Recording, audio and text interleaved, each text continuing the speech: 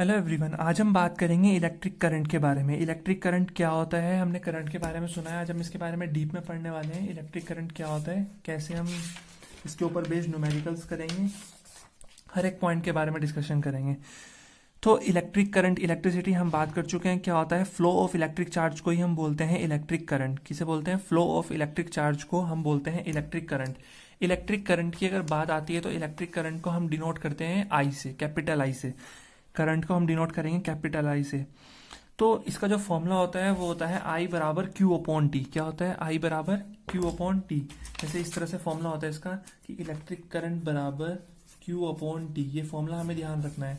अच्छा, अगर हम टाइम को अगर हम 1 सेकेंड ले लेते हैं, अगर टाइम को हम 1 सेकेंड ले लेंगे तो आई की वैल्यू किसके बराबर हो जाएगी? क्यू के बराबर हो जाएगी।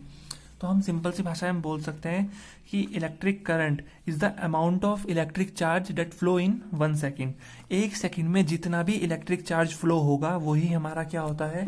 इलेक्ट्रिक करंट होता है। क्लियर हुआ? तो हम इसको इस तरह से भी डिफाइन कर सकते हैं कि अगर टाइम को हम 1 सेकेंड ले लें तो हम जो 1 सेकेंड में जितना भी चार्ज पास होगा वही हमारा होता है इलेक्ट्रिक करंट। तो हम ऐसे डिफाइन कर सकते हैं कि the magnitude of electric current in a conductor is the amount of electric charge passing through a given point of the conductor in 1 second. Clear हुआ? अगर करंट की हम बात कर रहे हैं तो करंट की ऐसा यूनिट होती है एम्पेयर। क्या होती है? एम्पेयर। और करंट की ऐसा यूनिट एम्पेयर को हम कैपिटल ए से डिनोट करते हैं। तो अगर हम कहीं करंट दिखा रहे हैं कि करंट मान लीजिए 2 है तो हम उसको ऐसे लिखेंगे 2 एम्पेयर। तो इस ए का मतलब क्या होता है? एम्पेयर। क्लियर हुआ?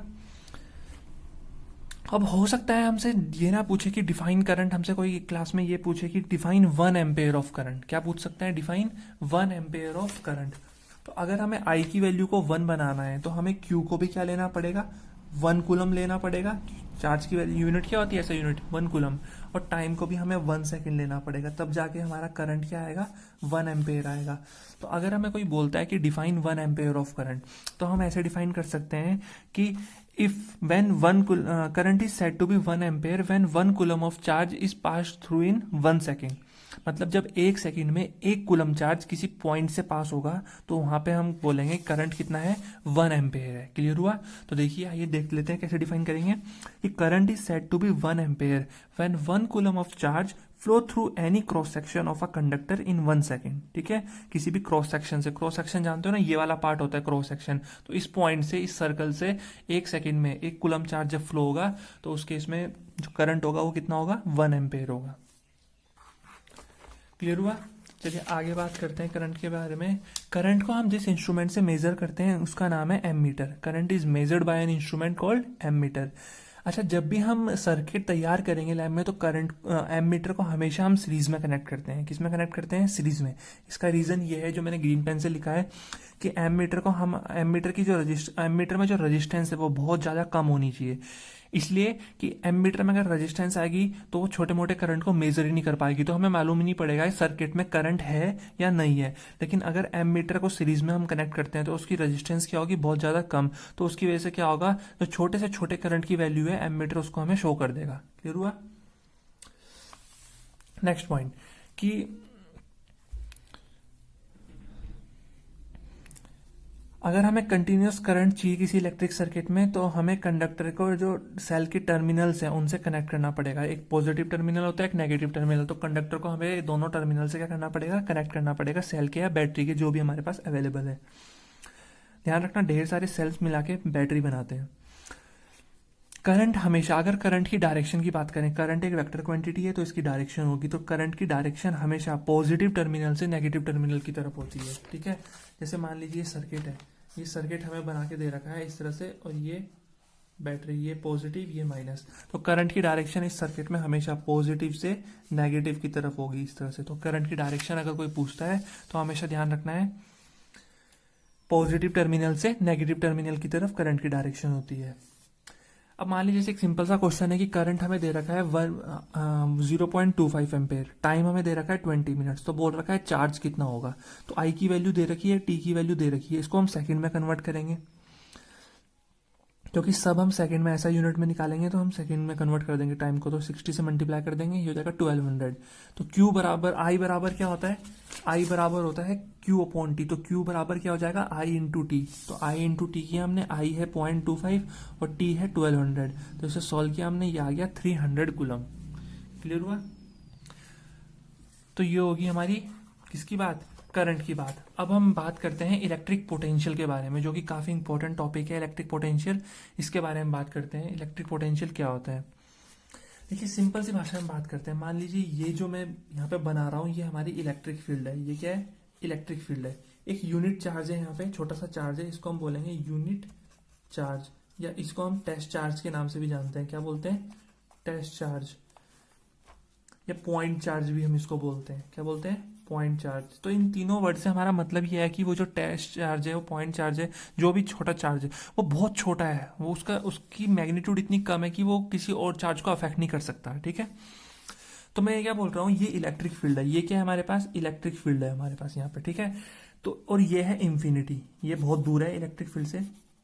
तो अगर किसी भी यूनिट चार्ज को, अगर किसी भी यूनिट पॉजिटिव चार्ज को इंफिनिटी से इलेक्ट्रिक फील्ड में लाना है, तो उसे इंफिनिटी से इलेक्ट्रिक फील्ड में लाने के लिए जितना भी वर्क डन करना पड़ता है वही हमारा होता है इलेक्ट्रिक पोटेंशियल। क्या होता है, इलेक्ट्रिक पोटेंशियल। किसी यूनिट चार्ज को इंफिनिटी से इलेक्ट्रिक फील्ड में लाने के लिए जितना भी वर्क डन करना पड़ेगा वही हमारे पास होता है इलेक्ट्रिक पोटेंशियल। आई होप समझ में आ गया होगा। तो हम बोलेंगे कि electric potential is defined as the work done in moving a unit positive charge from infinity to that point. Electric potential को हम डिनोट करते हैं V से, कैपिटल V से, और इसकी जो यूनिट होती है इलेक्ट्रिक पोटेंशियल की वो होती है वोल्ट। ऐसा यूनिट क्या होती है, वोल्ट। अच्छा, अब हमसे कोई ये पूछेगा इलेक्ट्रिक पोटेंशियल क्या होता है, तो हम बता देंगे कि work done in moving a unit positive charge from infinity to a point in electric field, उसी को हम बोलते हैं इलेक्ट्रिक पोटेंशियल।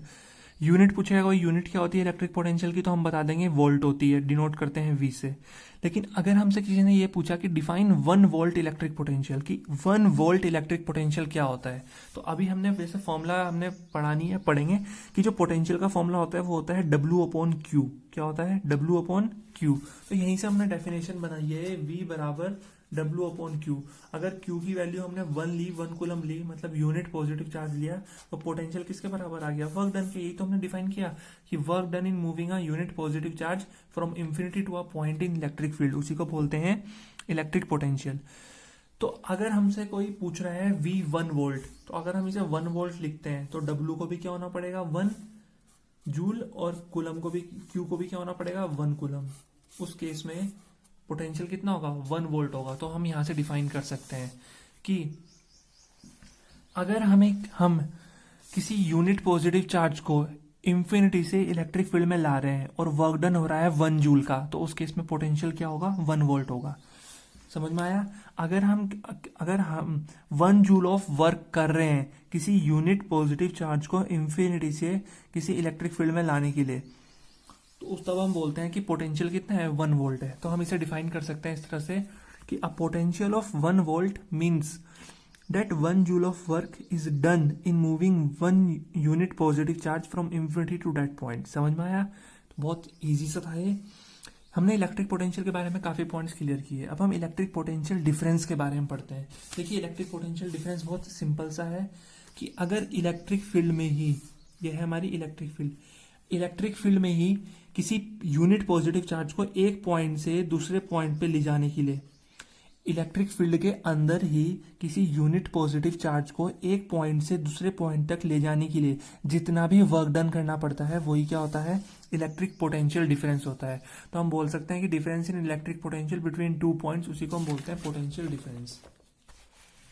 डिफाइन अगर करना है तो हम इस तरह कर सकते हैं कि potential difference between 2 points in an electric field is defined as the amount of work done in moving a unit charge from 1 point to another point in an electric field, उसी को बोलते हैं। जैसे अभी हमने फॉर्मूला पढ़ा, ऐसे मान लीजिए सिंपल एग्जांपल कि एक चार्ज जो A से B तक जा रहा है, ठीक है।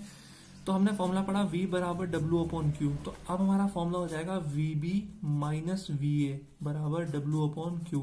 इसे हम लिख सकते हैं V ऑफ BA बराबर W/Q। तो यहाँ पे पोटेंशियल की जगह क्या आ जाता है, चेंज इन पोटेंशियल आ जाएगा। क्लियर हुआ। अब दो पोटेंशियल को माइनस करेंगे, एक में से दूसरे को माइनस करेंगे तो यूनिट तो वोल्ट ही रहने वाली है, तो इलेक्ट्रिक पोटेंशियल की यूनिट भी क्या रहेगी, वोल्ट रहेगी। क्लियर हुआ। अब बात करते हैं पोटेंशियल डिफरेंस को हम जिस इंस्ट्रूमेंट से मेजर करते हैं उस इंस्ट्रूमेंट का नाम है वोल्ट मीटर। क्या है, volt meter. The potential difference is measured by an instrument called volt meter, ध्यान रखना है। और वोल्ट मीटर को हम हमेशा किसमें कनेक्ट करते हैं, पैरेलल में। वोल्ट मीटर की रेजिस्टेंस क्या होनी चाहिए, बहुत ज़्यादा होनी चाहिए, ताकि वो सर्किट से बिल्कुल ना के बराबर करंट ले सके और हमें एग्जैक्ट वोल्टेज बताए, ठीक है, जितनी है। तो voltmeter should has a high resistance so that it takes a negligible current from the circuit, तो इसीलिए हम इसको पैरेलल में कनेक्ट करते हैं। क्लियर हुआ। अब इसके ऊपर कुछ क्वेश्चन है, कुछ एनसीईआरटी के हैं, कुछ हमारी रिफ्रेशर के हैं, कुछ क्वेश्चन देख लेते हैं। जैसे पहला क्वेश्चन है, how much work is done in moving a charge of 2 coulomb from a point at 118 volt to a point at 128 volt. अगर हम एक 2 कूलम चार्ज को 118 वोल्ट के पोटेंशियल से 128 वोल्ट के पोटेंशियल तक लेके जा रहे हैं तो कितना वर्क डन करना पड़ेगा। न्यूमेरिकल सॉल्व करने का सबसे आसान तरीका होता है, पहले क्वेश्चन में जो गिवन है उसको लिख लो और फिर जो पूछा है उसको लिख लो, फिर देखो उनके बीच में क्या कनेक्शन है। तो एक पहले पॉइंट का पोटेंशियल VA दे रखा है 118 वोल्ट, VB दे रखा है 128 वोल्ट, बिकॉज A से B पे जाते हैं ना। चार्ज दे रखा है 2 कूलम, W निकालना है। तो अभी हमने फॉर्मूला पढ़ा कि VB माइनस VA बराबर W अपॉन Q, तो हमने फॉर्मूला लिख दिया। सब चीज गिवन है, W निकल जाएगा यहाँ से 20 जूल, तो 20 जूल का वर्क डन करना पड़ेगा। क्लियर हुआ। अब जो नेक्स्ट हमारे पास क्वेश्चन है ये हमारा एनसीईआरटी का क्वेश्चन है, ठीक है। बोल रखा है how much energy is given to each coulomb of charge passing through a 6 volt battery. एक 6 वोल्ट की बैटरी से अगर एक कूलम ऑफ चार्ज पास हो रहा है, 1 कूलम चार्ज पास हो रहा है, तो कितनी एनर्जी देनी पड़ेगी। मतलब एनर्जी का मतलब क्या होता है, वर्क डन। तो वर्क डन पूछ रहा है, तो ईच कूलम का मतलब है 1 कूलम। Q दे रखा है 1 कूलम, पोटेंशियल दे रखा है 6 वोल्ट, तो V बराबर W अपॉन Q, तो W आ गया V इंटू Q, मतलब 6 जूल। तो वर्क डन किसकी फॉर्म में स्टोर होता है, एनर्जी की फॉर्म में तो स्टोर होता है। तो यहाँ पे लिख देना है लास्ट में, work done is stored in form of energy. इसका मतलब जो हमारा वर्क डन है वही क्या है, एनर्जी है। ये लाइन क्लियर कर देगी। क्लियर हुआ। तो ये था इलेक्ट्रिक पोटेंशियल के बारे में। अब इतना क्लियर हो गया होगा। नेक्स्ट वीडियो में हम पढ़ेंगे ओम्स लॉ के बारे में, रेजिस्टेंस के बारे में, एप्लीकेशन ऑफ ओम्स लॉ और फैक्टर अफेक्टिंग रेजिस्टेंस, इन सब के बारे में हम डिस्कस करेंगे। तो अगर आपको आज की वीडियो पसंद आए तो प्लीज़ लाइक कर दें, वीडियो को शेयर करें, कमेंट करके बताएं कैसी लगी वीडियो। और चैनल अगर अभी तक सब्सक्राइब नहीं किया तो प्लीज़ चैनल को सब्सक्राइब कर लें।